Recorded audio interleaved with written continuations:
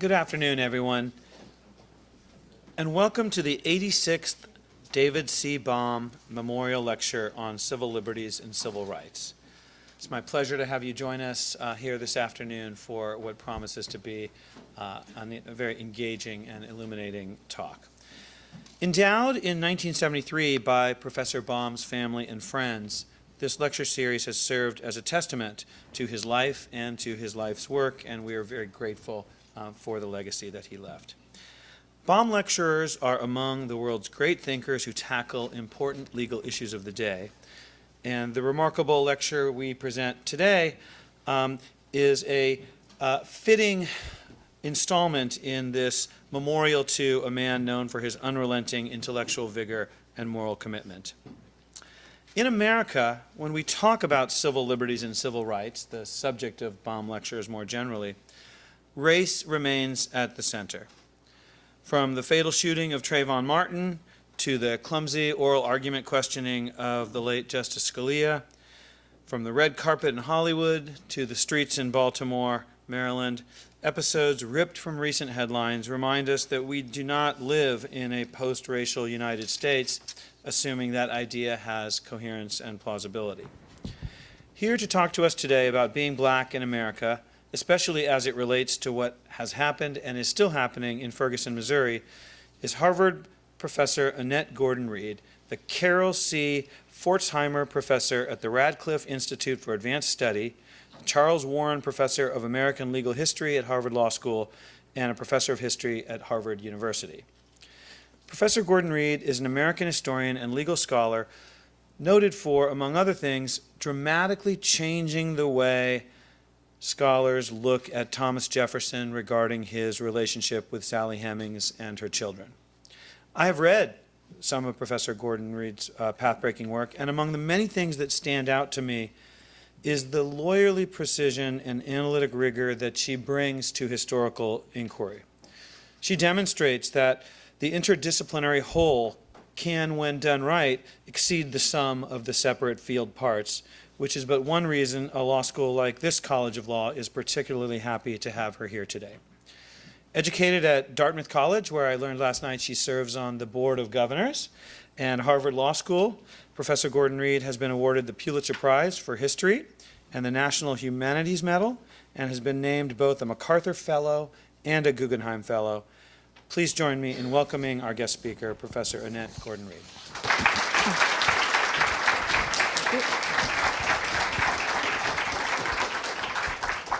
Thank you so much. I'm very happy to be here today. This is my first trip to Champaign, and it's been wonderful. Went to a wonderful restaurant last night, enjoyed great hospitality from the people that I've met so far. This is a very interesting time to be doing this lecture. I just listened to an amazing speech by Mitt Romney about Donald Trump not 20 minutes ago, and this is sort of messed with my head a bit about what I should say and what I was planning to say, but I think it's not unrelated, because a lot of what we've been presented with in the past few months with this election and some of the issues that it has raised is a question of belonging. Who belongs? Who is an American? Who should be considered part of the polity?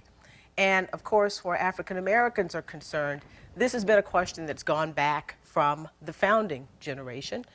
Certainly the person about whom I write the most frequently, Jefferson, posed this question in Notes on the State of Virginia.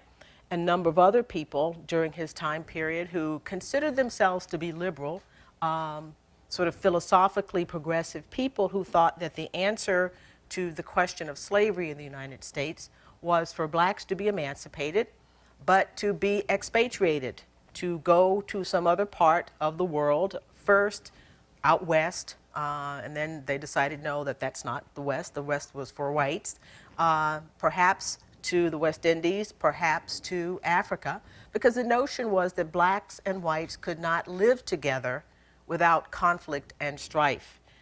And eventually there would be a race war if blacks and whites tried to live together. Blacks would never forgive whites for what they had done to blacks, and white people would never be able to conquer their prejudices against black people. And Jefferson is very often excoriated for that. because we don't like to hear that message. We like to think that we're better than that, and that we certainly have moved beyond the idea that there could be an out-and-out race war against African Americans and between blacks and whites. But I've always thought that in some ways that this was a person who was grappling with a very, very serious problem and grappling with it in a very forthright way. And certainly for politicians, people in public life, the safer course is to not say things like that, but to speak in highfalutin rhetoric, or to be hopeful all the time instead of talking about what really you think is a problem. And this question of the conflict, possible racial conflict in a multiracial society has not gone away. We have, in fact, not had an out-and-out race war, but we have certainly had something of a cold and a semi-hot war against African American people. If you think about lynching, you think about what happened after Reconstruction, after the destruction of slavery. When blacks were in slavery, the violence against them, other than on the plantation violence, was tamped down because they were property. This is not to say, of course, violence was endemic, but not the kind of thing that we're talking about after the emancipation of blacks. And the Klan and other night riders tried to keep blacks under control, particularly in the South, where over 90% of black people lived up until the 20th century. So this question of the place of African Americans has always been here. Even when there were free blacks during the period of slavery, they were not considered citizens. They were considered denizens of the South. They were people who lived there, but did not have the civil rights and the civil liberties that were associated with true citizenship. So this has always been a question. Not in slavery, obviously, those people are outside of the polity, outside of civic life. But even free blacks who lived in the North and lived in the South were curtailed in their liberties. And so this notion of seeing black people as other, American in a way, but other in some fashion, has been with us from the very, very beginning. And the idea that we could get rid of that after the end of slavery, that it would just sort of go away, is fanciful, and has turned out to be something that, a fanciful notion, that this is something that we are still working on today, and we'll probably be working on for a long time into the future. So when I was thinking about what I wanted to say today, I was thinking about history and thinking about the present, and thinking mainly about what has happened after the election of President Obama, and the idea that people thought that this was going to bring about a post-racial society. It's hard for me to understand if people actually believe that, or if that was just a thing that people said, a sort of a hopeful notion that people put out there, because it was an extraordinary thing to see a nation with the history that we've had elect a black president. I have to confess, I didn't think it was possible. I did not think that I would see a black president in my time. In my lifetime, I thought that this would be something far, far out in the future if it took place, because I wondered what would happen afterwards if he were elected, how the country would take it. But to have him elected and then re-elected does signal that something was different. Something has changed in society. And whereas we thought that this was a positive thing, the people who supported the president, who supported the notion of having a black president, we thought that change was something good. But there were a number of people who saw that change as something bad. And I think one of the things that has happened is that his election has sort of unleashed those feelings among a number of people. And I should say, not voting for Barack Obama does not mean that you were racist. There are legitimate reasons not to like the Democratic Party. I mean, there are Republicans and there are Democrats and so forth. But there are a group of people, I'm talking about people, who opposed the president not because of his specific policies, but because of who he was. And if you've noticed, certainly, and many people have noticed, the attacks upon him about his citizenship, where he was born. Is he an American at all? A number of people have said, and I do believe, grow out of this idea that you attack African American people and their place in this society by talking about citizenship. Do they belong? Are they a part of the people? And certainly going after him in that way, instead of just saying, I don't like his notions about health care, I don't like his ideas about foreign policy or whatever, but he is not, or the sort of political things, but he is illegitimate. a black president is an illegitimate thing because we're somehow not a part of the real people of America. That notion took hold and floated among a number of people, and it sort of changed the atmosphere, poisoned the atmosphere in lots of ways, I think. When people accuse him of being racist, or when people look at surveys and say that racial feelings are more difficult right now than when he was elected, that's not his fault. It's the fault of people who responded to him in a way that suggested that his illegitimacy comes from his race, not from what he's saying, not what he believes, but the very fact that you have a person like that who's the head of the country. So we have this moment of sort of transcendent happiness. If you think back on the election night, when he's in the park in Chicago. You guys know the park better than I do because this is your area. And there's this moment, and the headlines all over the world. It's like America has done this thing, and everybody's happy about that particular thing. That set off a backlash, and that, you know, that's undercurrent there, and it took a while to set in, but it was a hopeful moment. Then we move to this period where people began to think about race in lots of ways, and I think the expectations of blacks were raised. Some blacks were raised, even if they didn't think that it was post-racial, but the idea that there was a new day, they were sort of disappointed by some of the things that were happening in America's urban areas. In my hometown of New York City, stop and frisk. I teach criminal procedure, and sort of watching what happened from the 1960s, from the Warren Court to the Rehnquist Court, sort of the Burger Court, the Rehnquist Court, the changing, expanding Terry v. Ohio, expanding stop and frisk, expanding this notion that police officers who have a fear, a reasonable fear of a suspect can stop and frisk the suspect. And what this does to a community, the African American community, people began to pay attention to this in New York City quite a bit, and it became a subject of a lot of angst, a lot of anger, and a lot of discussion, because young black males, particularly, young women are involved as well, but particularly young black males, were singled out.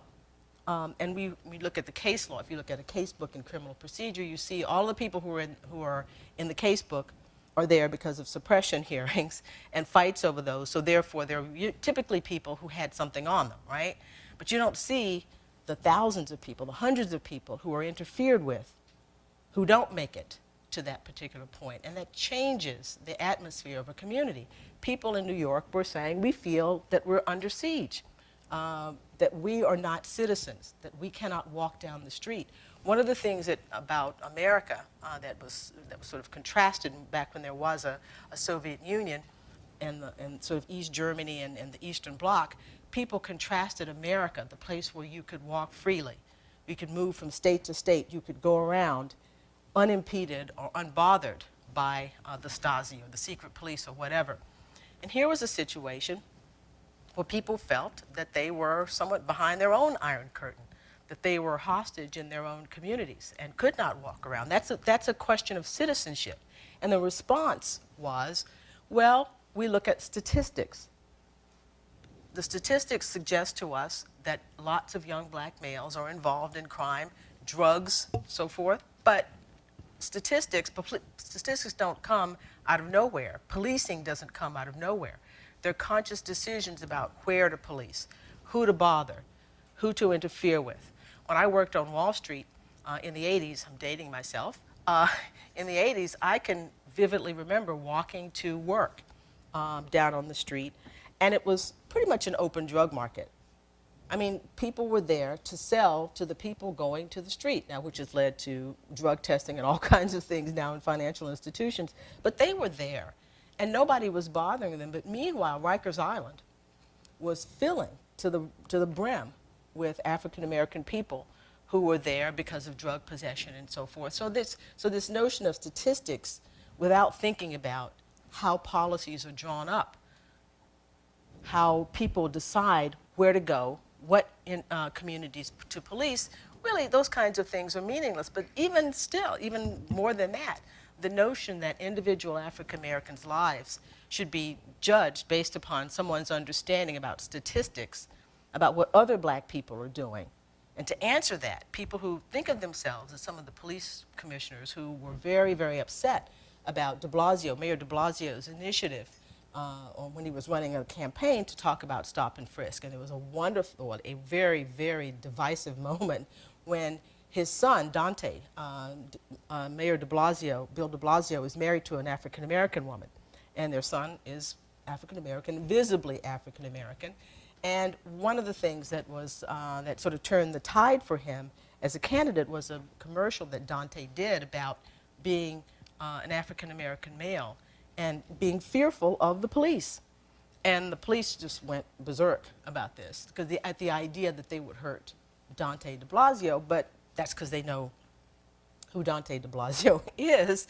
And it's, of course they wouldn't bother him, but that had said nothing at all about the kind of encounters that African-American males felt or were having while they were in New York City. And it resonated, and de Blasio won the mayoralty, and he changed the policy on stop and frisk.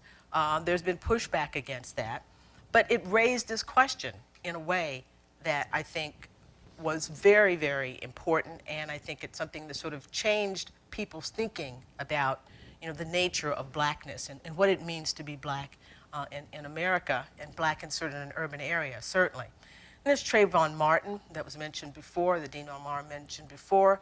That was a turning point.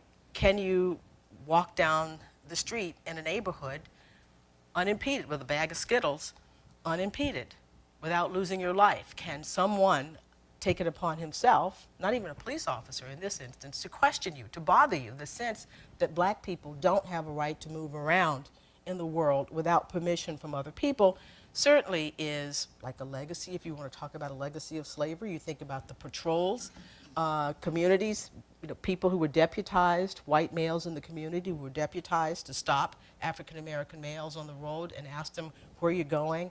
Who do you belong, who do you belong to? What are you doing here? This sense of being under siege is something that historians don't like to draw straight lines from one thing to the next, but these things are resonant. There's a resonance to this that goes to people's understanding and the public's acceptance of this. At the same time that the Tea Party, the people who dress up in the period garb and talk about the government and citizens' rights against the government, there's nothing wrong with that. You find those words. The Fourth Amendment, the Bill of Rights, were certainly about limiting government to citizens, government's power over citizens. Absolutely legitimate. But you don't see them, I don't recall them being involved in the movement against stop and frisk, or the movement to limit the government's power to interfere with individuals. You would think, but for race, you would think that that would be a natural alliance among people in the Tea Party with law-abiding African Americans who are bothered by police, if in fact these feelings were legitimate. We never really saw that. So it was this weird, I noticed this sort of weird separation here between people who should, people who would naturally have normal allies. But the difference is that black people have been seen by the majority for very, very long as fit subjects for patrol, for fit subjects for control, actually. And it didn't, that sort of resonance that the sort of comparison and the connection that should be there was never really made. So stop and frisk, Trayvon Martin, a lot of anger about all of these kinds of things that sort of comes to a head, obviously, in Ferguson.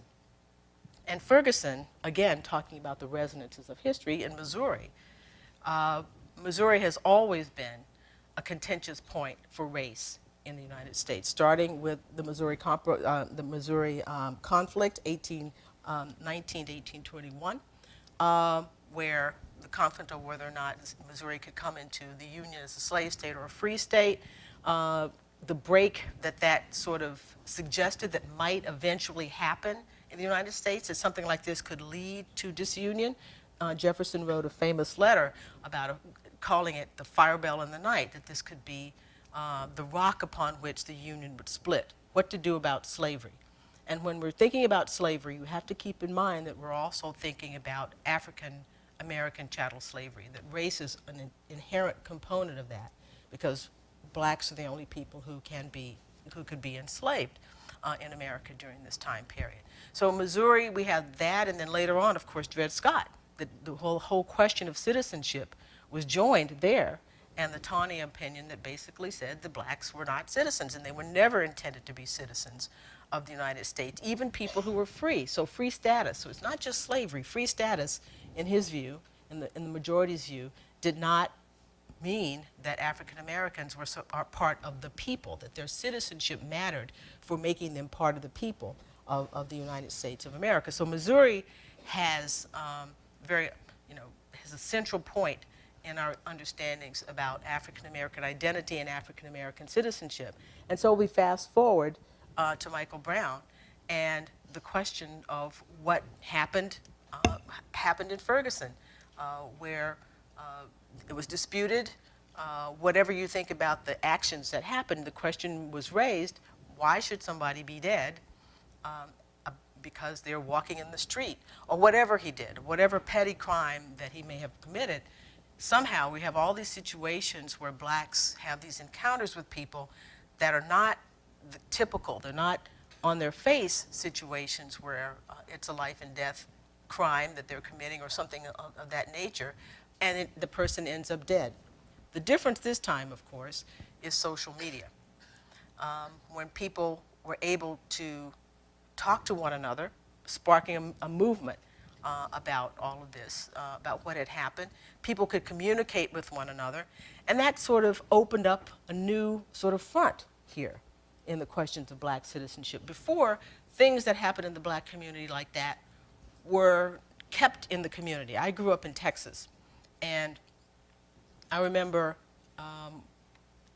a friend of my brother who was 4 years older than myself, a friend of his was arrested one weekend. He was 16 years old at the time, 16 or 17 years old at the time, and died under suspicious circumstances. It turns out he had been dating a white girl, and the man who killed him on the police force was the uncle of this girl. And it seemed pretty clear that he had been engineered, the arrest had been engineered, and the person was brought into custody, and they claimed that he pulled a razor blade out of his afro, which he did not have at the time. The razor blade and the afro, you guys won't remember this. You all are too young to know this, but keeping stuff in your afro was what people were supposed to, I guess TSA still thinks that when you go to the, they're feeling on your hair, like, what do you got in there? That they pulled, that he did this, and they killed him. Now, there was a trial, but the guy was acquitted.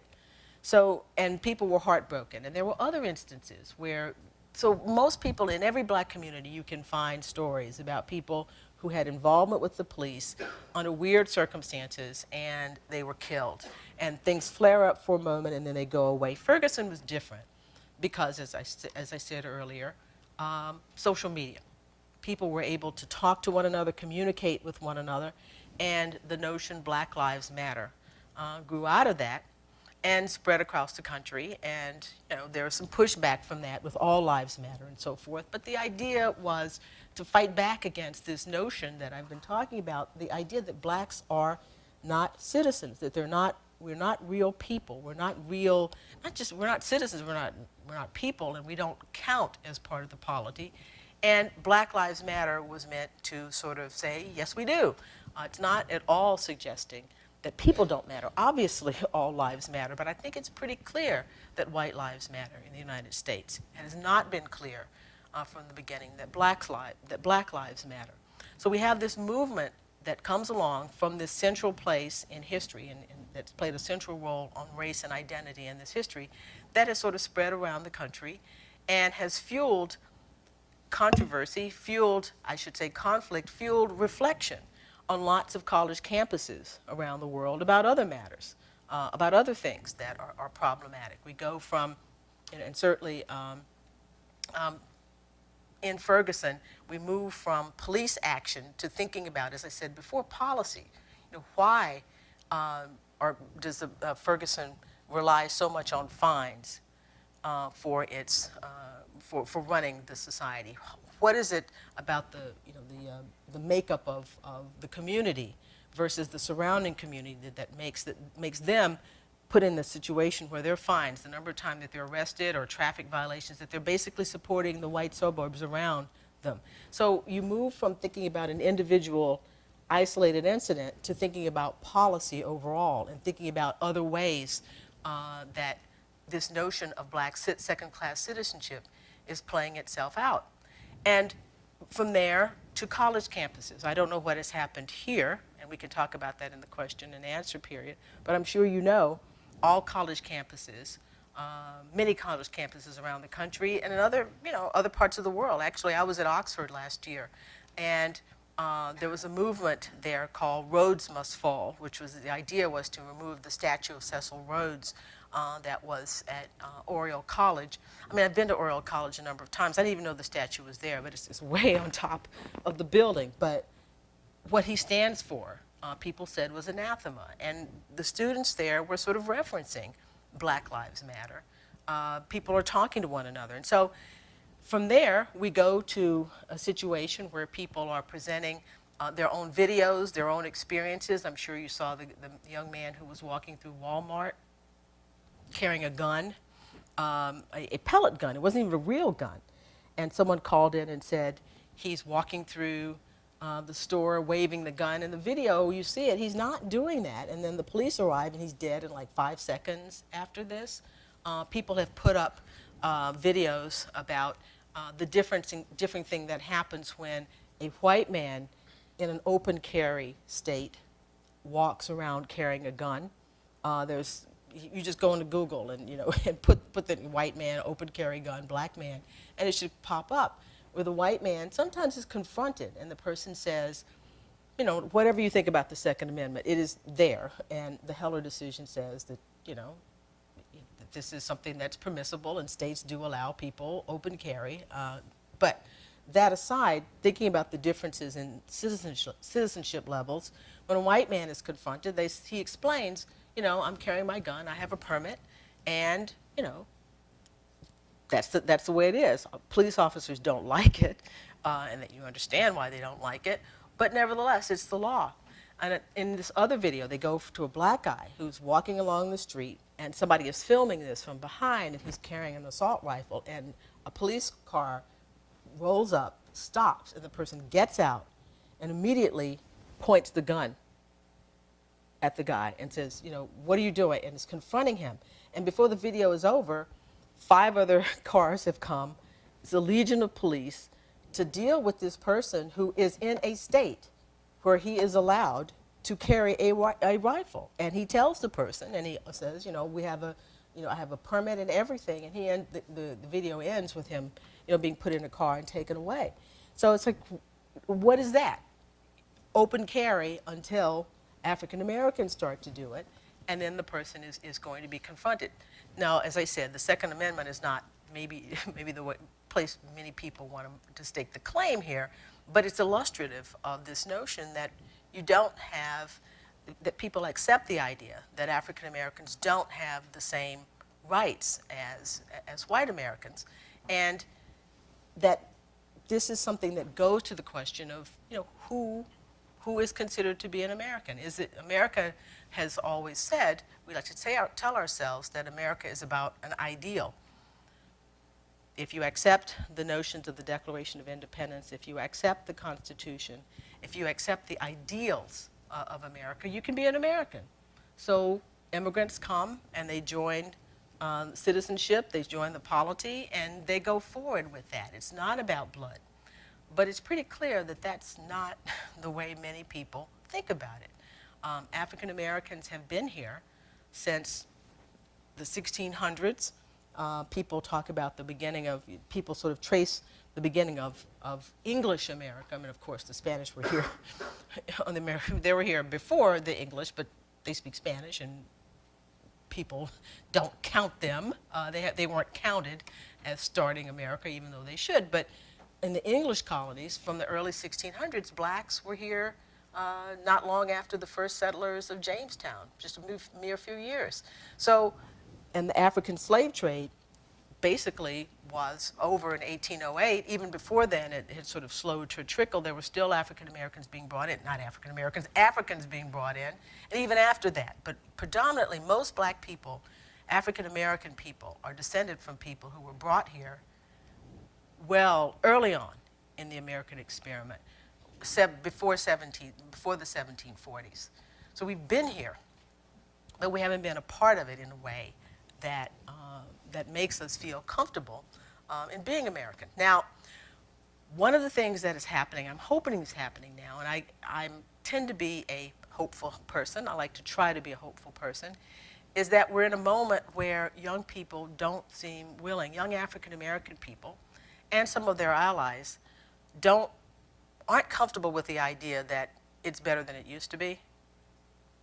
I mean, very often the statement has been made, well, you've come a long way, and that is supposed to make people feel good about the fact that we have second-class citizenship rights. Think about what your parents went through. Think about what your grandparents went through, and that's true. You don't want to, as I said before about Obama's election, you don't want to suggest that nothing has changed, that everything is the same. Things have been different, but the question is, it's still not good enough. And I'm hoping, and it seems there are some signs that young people, as I said before, young black people and their allies, are not willing to play that game. I think we're embroiled in a controversy at the Harvard Law School about symbols, and which will be resolved pretty soon. Good points on both sides. I'm sure some of you've heard of the things that have happened at Yale and other communities, and there's a tendency sometime, I think, to crack on millennials and saying that these are trivial things compared to what other people were doing before. But a sense of belonging, a sense that you are a part of things, that's not trivial. To want that, to insist upon that, to insist that you're not insulted, to insist that there are not barriers to inclusion, that's not a luxury. That is something that people have a right to, but it's a more difficult thing to manage, because very often, I mean, we look back to the past when blacks were confronted the second-class citizenship rights. We went to the law. You can legislate, you can bring suits, you can destroy de jure segregation, and say that the Jim Crow laws are wrong. This is something different. This is a cultural question, and I don't know. We could talk about this. It's hard to see how law, we're in a law school, how law effectuates that kind of change. We can set the structure for it, make sure that the rules are on paper there, that they're fair and equally applied, but we're talking about getting into people's hearts and minds at this level. When you're talking about students, you have a right to be here. You're a part of this institution, and it belongs to you. But to the extent that there are things or other, symbols, as I suggested, activities, the way people respond to you, that's a tougher thing to do, tougher thing to manage. And I don't have any great words of wisdom for you on that question, except to say that you have a very difficult task ahead of you. In some ways, as I said before, it was easier when it was about law and laws that could be changed and legislation that could be written. It's a tough thing to get into people's hearts and minds and change those things. I don't know. The only policy prescription that I think that could possibly sort of put us on the road to something different is, and this whole question back to this question of citizenship, is that we really should know who is killed, how many people are being killed by acts of government officials in every state. We don't really have a good record of that. I think the Washington Post was a newspaper that sort of compiled. Every state has its own statistics, and they keep them in some ways. Some are better than others. I think that this is a national question. This is not a panacea or anything, but to say that you're going to keep track of who the government, our 50 governments, who they are killing and under what circumstances, to my mind, is a statement about the importance of citizenship. that people who are in Texas, people who are in Mississippi, people who are in Illinois, that there's sort of a basic right, a basic understanding that your lives matter, that all of our lives matter, and the government, the federal government, should keep tabs on that, and we should know that. And I think and it should be published, and people should know, this state kills that many people, this state kills, and I'm not saying that it's always wrong, but it's scandalous to me that we don't really have a handle on this. I mean, your life is an important thing, and the fact that we don't keep those records, and the fact that we don't know this, and we can't make these kinds of comparisons, is something that I think that should start as soon as possible. I don't have any hopes that could actually happen, but it's a start to name people. Naming people is critical. What is it? Say her name. That was after Sandra. What's her last name? I'm losing. Yes, Sandra. Losing her name, but yeah, say her name. A name is really, really important, and putting it out there, I think, is, it's not a panacea, but it's one thing that I think of as something that might start the ball rolling. The videos are important, although at some point they get to be numbing, and it's very hard for me to watch.